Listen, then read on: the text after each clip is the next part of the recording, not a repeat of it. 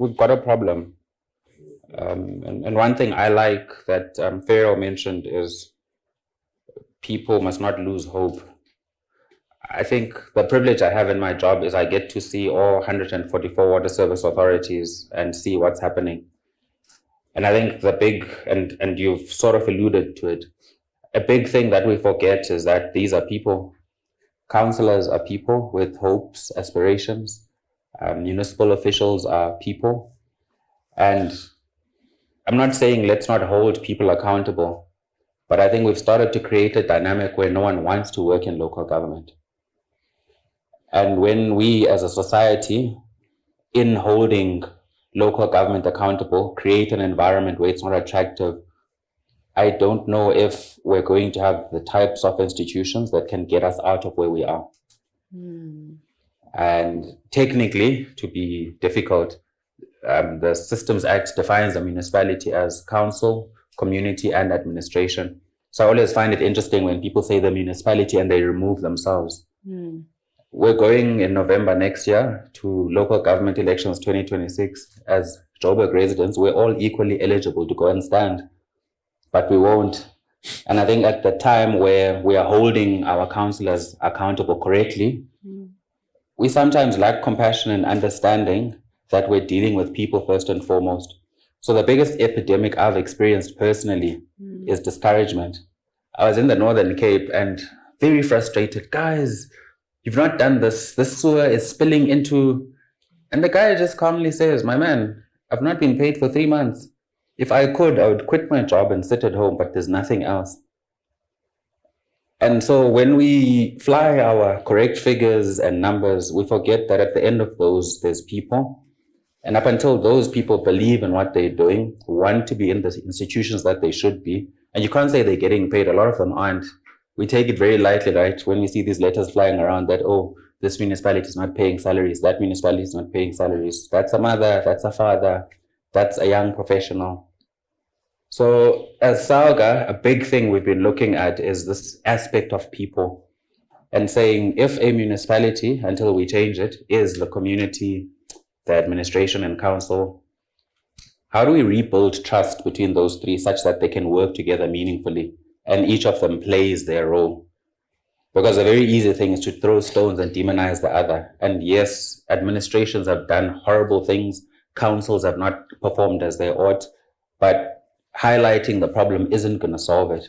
And I think we can do both, right? We can hold government, local government in particular, accountable, but also treat each other with dignity and respect, recognizing that we're dealing with people at the end of the day.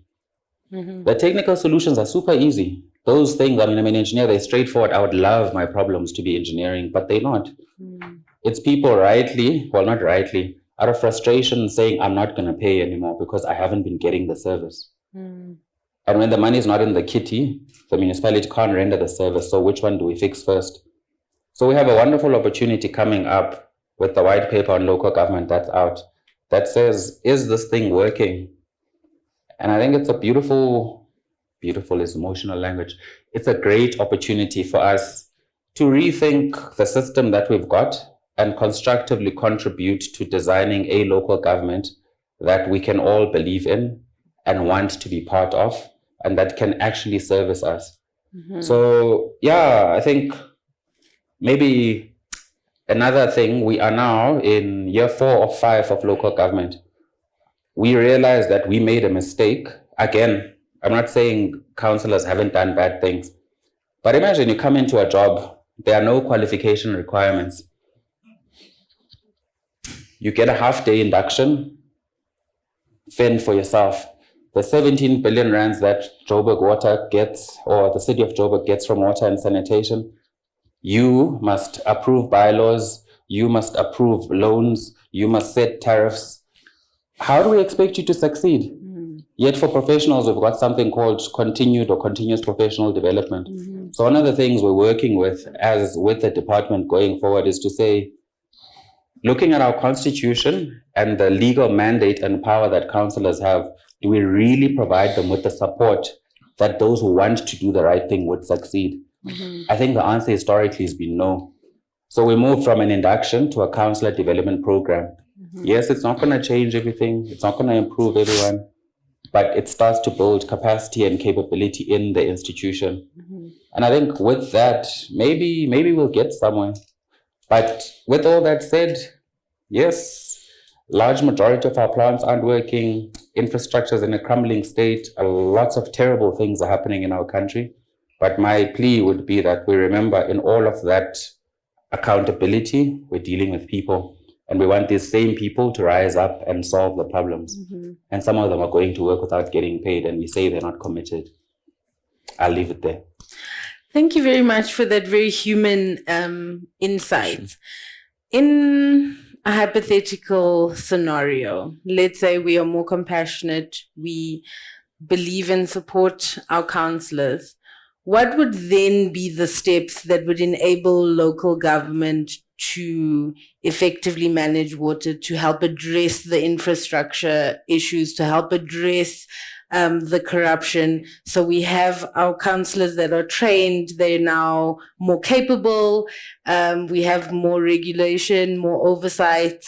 What are the actionable steps that you see from a local government perspective to directly address the current water scarcity problems, pollution problems, non-revenue water? How do you, in an idealistic scenario, see that playing out?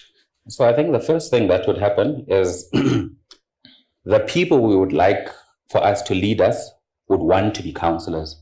Because we've already got a problem where we are not always selecting from the best.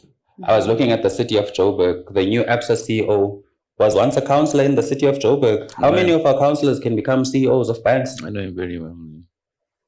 So I think in that ideal situation, we start attracting the right people at a political level. That changes the dynamic in terms of the culture in the institution from an accountability and oversight perspective. Because you now have more to choose from. And two, when that happens, you can now attract professionals back into the sector. We've got an exodus of professionals. I mean, you look at what's happening in KZN. I won't lie, I don't think my wife would be happy with me if I said I wanted to work in a municipality, looking at how many innocent people are getting shot and killed. So already, when we do recruitment, 80% of engineers aren't interested in working in the sector. We're already choosing from the jam. So immediately what happens there, we're able to attract the best and we're able to recruit the best. That gives us a fighting chance in terms of now getting to the technical things. Then what would happen in the technical things, I think sometimes we're over-regulated.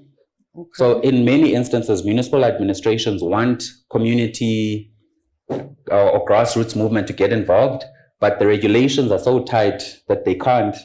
I mean, to operate a borehole, you effectively need a process controller. And yet we're saying we want to involve more people into the system. So I think our regulation, while it's great, but we equate more rules with accountability and doing the right things. I think we perhaps need to introduce a little bit more flexibility without compromising the ideals, but have a little bit of a more flexible system that allows more innovation without obviously enabling corruption and more ideas to get into the room. Currently, if a municipality wanted to work with Empire Partner Foundation, they'll probably get a audit finding. How did we choose you? Why you? Da, da, da, da, da. Immediately, a person is not interested in innovating in that space. You want to be safe. So again, we can change the culture. And once the culture changes, there's this trickle-down effect that I think could happen. And last thing, there's a small thing we don't talk about, which says, our constitution says, national and provincial government must strengthen and capacitate local government. So my question to you is, if municipality X in the last 20 years has been failing, is it just them, or the ones who are supposed to strengthen and support them are also failing, but we have no accountability for them? So we've got this one horse that we're flogging here, everyone's taking their shot, and then we're surprised when it doesn't do what it's supposed to do.